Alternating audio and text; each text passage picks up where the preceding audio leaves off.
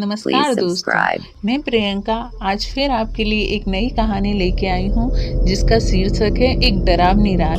तो चलिए इसे शुरू करते हैं। किसी गांव में बंटी नाम का एक लड़का रहता था। वह परीक्षा देने के लिए गुजरात जा रहा था। ठंडी के दिन थे, चारों तरफ कोहरा छाया हुआ था। आमने सामने भी कोई दिख नहीं रहा था। पूरे 15 घंटे के बाद वह गुजरात पहुंच जाता है। परीक्षा अगले दिन थी, इसलिए वह होटल में रहने के लिए सोचता है। रात हो गई थी और कहीं भी उसे उसके बजट में सस्ता होटल मिल नहीं रहा था। काफ़ी ढूंढने के बाद उसे एक सस्ता होटल मिल जाता है। वह उस होटल में एक कमरा बुक करवाता है और जब वह कमरे में गया तो देखता है कि कमरे के चारों तरफ जाले लगे हुए थे। ऐसा लग रहा था कि मानो कमरा काफ़ी सालों से बंद पड़ा था और कमरे के अंदर का माहौल एकदम डरावना और सुनसान लग रहा था।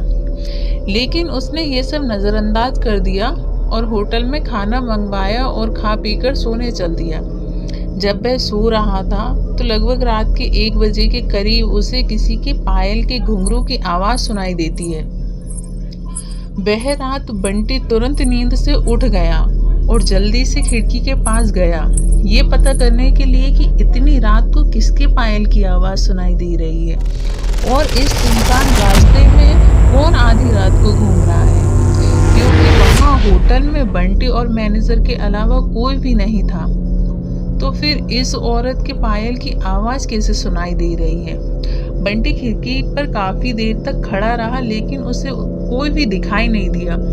फिर उसने अपने कमरे के मैनेजर को फ़ोन लगाया और उसे बताया कि मुझे इतनी रात को किसी के पायल की आवाज़ सुनाई दे रही है। क्या आपको भी सुनाई दे रही है? मैनेजर ने कहा, सर ऐसी तो कोई बात नहीं है, आपको हवा से ऐसा लग रहा होगा। वैसे भी ये जंगली इलाका है, यहाँ पर हल्की सी हवा भी तूफान की जैसी लगती है। आप सो जाइए, ऐसी कोई बात नहीं है। बंटी मैनेजर की बात पर भरोसा करके फिर से सोने चला जाता है। कुछ देर बाद फिर से उसे वही पायल की आवाज़ पहले से ज़्यादा आवाज़ में सुनाई देने लगती है। इस बार उसने कमरे का दरवाज़ा खोला और सीधा होटल के बाहर देखने के लिए चला गया। जब वह बाहर आया तो देखा कि एक काफ़ी लंबी औरत है जो सफ़ेद साड़ी पहने हुए थी और उसके काफ़ी लंबे बाल थे और चेहरा भी ढका हुआ था। वह अपने हाथ में एक नारियल लेकर के होटल के चारों तरफ चक्कर लगा रही थी। ऐसा लग रहा था कि मानो पायल की आवाज़ से वह किसी को बुला रही थी। बंटी दौड़ करके उसके पास गया। कौन है ये औरत जो इतनी रात को यहाँ घूम रही है? लेकिन वह तुरंत ही गायब हो गई और चारों तरफ कोहरा ही कोहरा फैल गया। बंटी भी थोड़ा घबराया, क्योंकि जिस औरत को वह सामने देख रहा था अब वो दिख नहीं रही थी। बंटी अपने होटल के पास वापस जाना चाहता था, लेकिन उसे फिर दोबारा से पायल की आवाज़ सुनाई देने लगती है। बंटी अब उसे ढूंढते हुए जंगल की ओर जाने लगता है। चलते चलते वह अपने होटल से इतनी दूर आ जाता है कि उसे पता ही नहीं चलता है। फिर उसने उस घने जंगल में कुछ ऐसा देखा कि उसका दिल दहल गया। उसने देखा कि उस औरत ने एक पीपल के पेड़ के नीचे 5-6 लाशें रखी थी और बारी बारी से एक एक को नोच कर खा रही थी। उसका मुंह खून से लथपथ था और चेहरा भी एकदम डरावना था।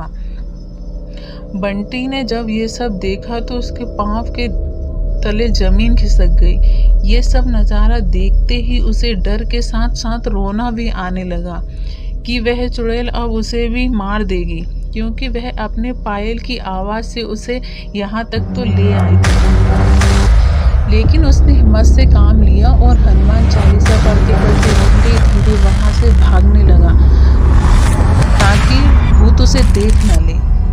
लेकिन भूत तो भूत है। बंटी जैसे ही वहाँ से भागने की कोशिश किया, वो चुड़ैल अचानक से उसके सामने आ गई और उसे इशारों से अपने अड्डे पर ले जाने लगी, जहाँ पर उसने और लाशें रखी थी। बंटी ने हनुमान चालीसा का जाप इतनी तेजी से किया और इतनी तेज भागा कि मानो उसके अंदर कोई एक अंदरूनी शक्ति आ गई। भागते भागते भागते सीधे वह अपने होटल के पास वापस आया। वहाँ थोड़ी देर रुका तो उसे एक आदमी दिखाई दिया। उसे देखकर उसे ऐसा लग रहा था मानो यह कोई अच्छा आदमी है। वह बंटी के पास आकर बोला, अरे भाई, क्या हुआ, तुम इतने डरे हुए क्यों हो? बंटी ने सारा किस्सा उस आदमी को सुनाया तो उसने बताया कि भाई, तुम बहुत किस्मत वाली हो जो आज बच गए। वो भूत किसी को नहीं छोड़ती है और तुम इस होटल में क्या कर रहे हो? इसको तो बंद हुए काफी साल हो गए हैं। बंटी जब उस आदमी का इतनी बात सुना तो उसका डर के मारे पसीने निकल गए। फिर वह आदमी बताने लगा कि इस होटल में बहुत साल पहले एक लड़की के साथ 4-5 लड़के ने उसका भयानक तरीके से रेप कर दिया था।